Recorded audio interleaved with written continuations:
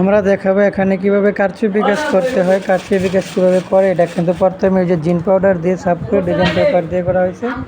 তো দেখুন সুতাটা কীভাবে উঠায়া সুতাগুলো দিয়ে মারতে আসছে, যে প্রতিটা কীভাবে বড়া হইতে আছে এখানে যেটা। তো কারচুপি কাজের সরাসরি কারখানা থেকে কিন্তু এটা কীভাবে কাজ করতে হয়, তাতে যেরকম বাঁশের সুই দিয়ে কিন্তু কাজ করা হয়।